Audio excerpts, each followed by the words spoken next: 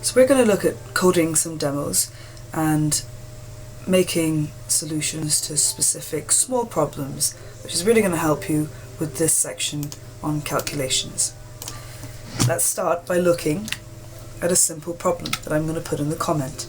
Suppose you were asked to take user input of two numbers and add them together, returning the output. How would you go about solving this simple problem?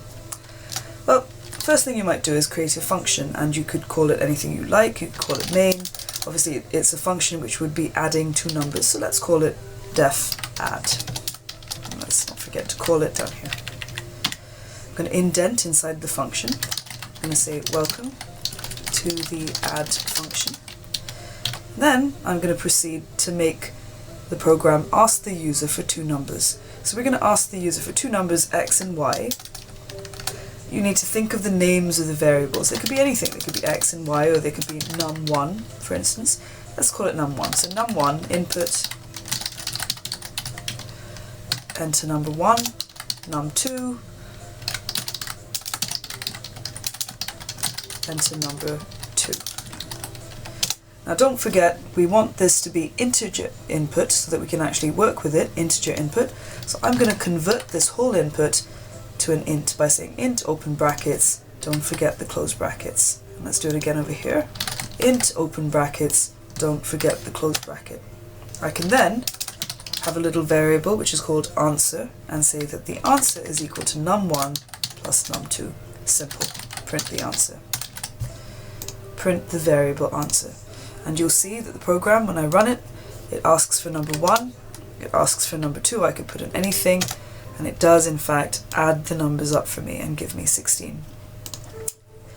In this simple program, I've actually used the plus operator. You could use the minus operator, and it would do exactly what you would expect. So 10 minus 7 would give you 3.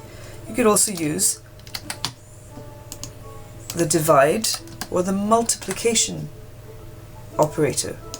For those of you who really are absolute beginners, the multiplication can be found by pressing Shift and 8 on a sort of usual Windows keyboard. And again, let's just test that. So 3 times 3 should give us 9, and it does. So we're using different types of operators to achieve results. Now, we also looked at comparison operators. So you might be asked to have a program which looks at the greater number to see which number is greater. So for instance, I could say if the user enters number 1 and number 2, and to find out which number is greater, you could say if num1 is greater than num2. Now remember, after the if statement you have the colon, like that.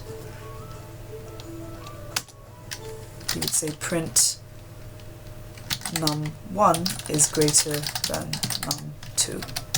Else, don't forget the colon, num2 is greater than num1. Let's test this. So I'm going to make number 1 a horrendously big number and number 2 a small number. And in fact it does correctly use the comparison operator to tell me that num1 is greater than num2. A more interesting problem that is in one of your tasks is to take the user given number of pounds, and suppose they were travelling to Japan, so convert it into yen, which is the currency used in Japan, and we're just going to make up this for now. Now suppose we had a little, we're going to call it something appropriate like that, convert. The first thing first, remember we have 3 parts to any program, which is input, processing, output, right? So we've got to think, what's coming into the program? Well, the first thing is the user is going to put in the number of pounds. So let's have a variable called pounds. Input, enter number of pounds you want to convert. Now remember, this is going to be, it could be a float in fact, because it might be a real number, but they might want to convert something like 20 pounds and 50 pence. So let's, for the purposes of this, let's convert it to a float and see what happens if this works correctly. We can then say that the number of yen is going to be the number of pounds that they put in times, now I haven't actually looked up the conversion rate, but suppose it was 150. We could then just say the number of yen you now have is comma, plus, or whatever it is, and let's just write yen. So if I put in 12, it should be timesing 12 by 150 and giving me an answer. This is a typical example, a very simple problem that you might be wanting to solve. And you notice that you're using everything that we've learned.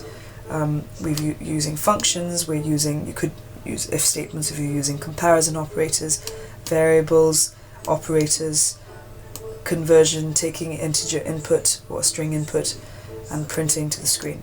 So we're putting all our skills together to produce these solutions. So go through the tasks one by one and then see if you can attempt the final challenge.